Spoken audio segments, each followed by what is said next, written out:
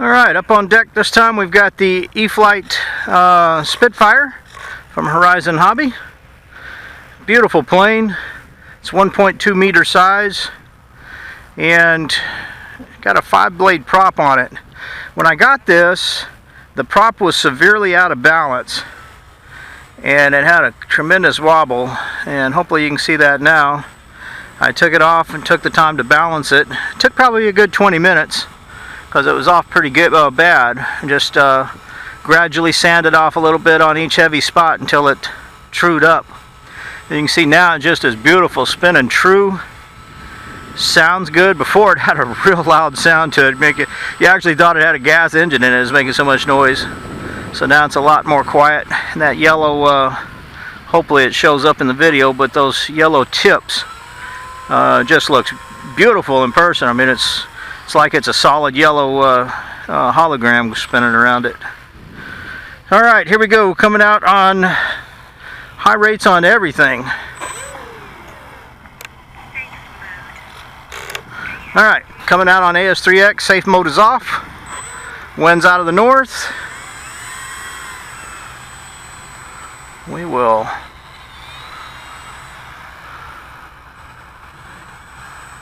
adjust our hat cam here.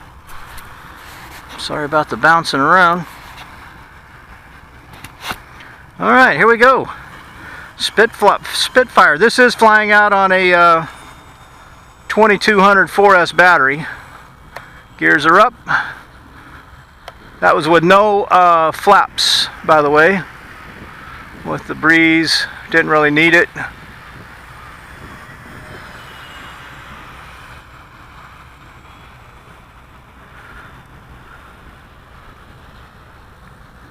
If you own one of these and you've only flown it on the 3S battery, I can tell you on the 4S, man, is it a lot of fun. I didn't make any changes to the electronics. Basically just took a 4S battery and stuck into it, 2200. And I do not ride the throttle at full for more than about 10 or so seconds. But when you do want to get on it, it's a lot of fun.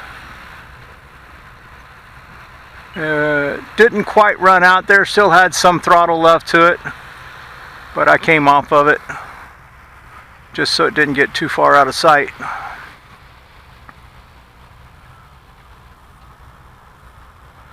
So I'm not certain that if you put a 4S in here and you just maxed out the throttle the entire flight, not positive that your ESC is going to hold up to that kind of abuse. However, with throttle management, I've had absolutely no problem at all flying on a 4S with this 35 amp ESC that comes with it.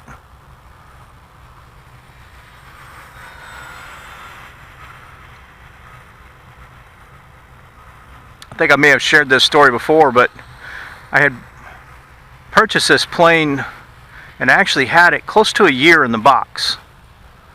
Just wasn't a real big fan of the Spitfire. I'd always been a Corsair and a P-51 guy. And Jim was out here at the field with his Spitfire from Park Zone. And he let me fly it. And I was like, man, that flies pretty good. So one weekend my wife went out of town, didn't have nothing to do, so I drug this out of the garage, unboxed it after being sitting there for about a year, put it together, and I thought, well, that's a pretty good looking plane. Decent quality on it. Brung it out here and flew it.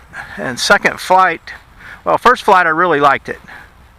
And it flew real good. But then I put that 4S battery in it, and I'm like, wow, what a perfect plane. It's got retracts, flaps, battery loads from the top. Those are all great factors. There's our timer, but I've been flying it pretty light, so we got time for a couple more passes. And so it's got all of the good factors. This one actually has AS3X, which helps on windy days, and it's got safe in case you get into an orientation jam or something. So all of those factors combined is adds to the positive tick marks for this.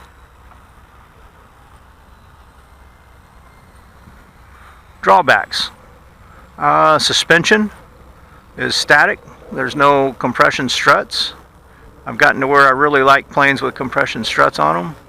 I don't have very many that's got it, but I see people out here with them, and I think that's one thing that can really impact your landings.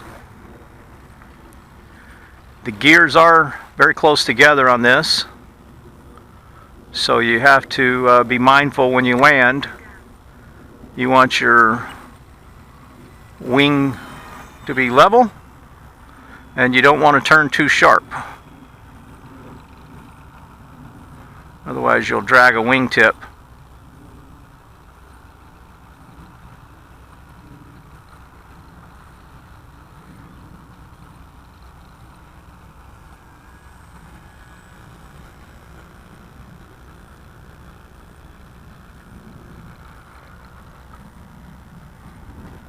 Yeah, if you turn too sharp once you hit the ground, you'll be dragging a wingtip, and then it scuffs it all up and everything. No big deal, but it's not very copacetic to your model.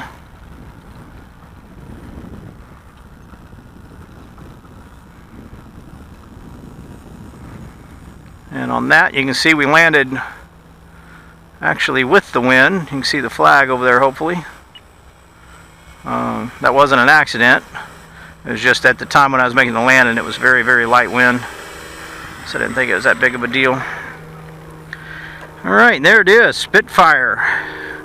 These e-flite planes are really very good value planes. You got a lot in it for the money. I think it was like $269 on regular price.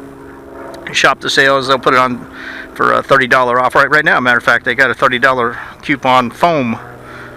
Put that in when you're purchasing it, and you'll get a $30 price break on it. $239 for a bind and fly model, which I highly recommend rather than P&P if you have a Spectrum radio. If you don't have the Spectrum radio, then no sense in getting the B&F, but it's a tremendous value. I think it's like $20 or $30 cheaper for the P&P. You can't buy the receiver for $20, so best bet is to buy it B&F, and if you don't fly Spectrum, sell the receiver on eBay. Alright, well, Spitfire, eFlite, 2200 4S, no name battery in there. I don't know, Turnigy or something. So, thanks for watching.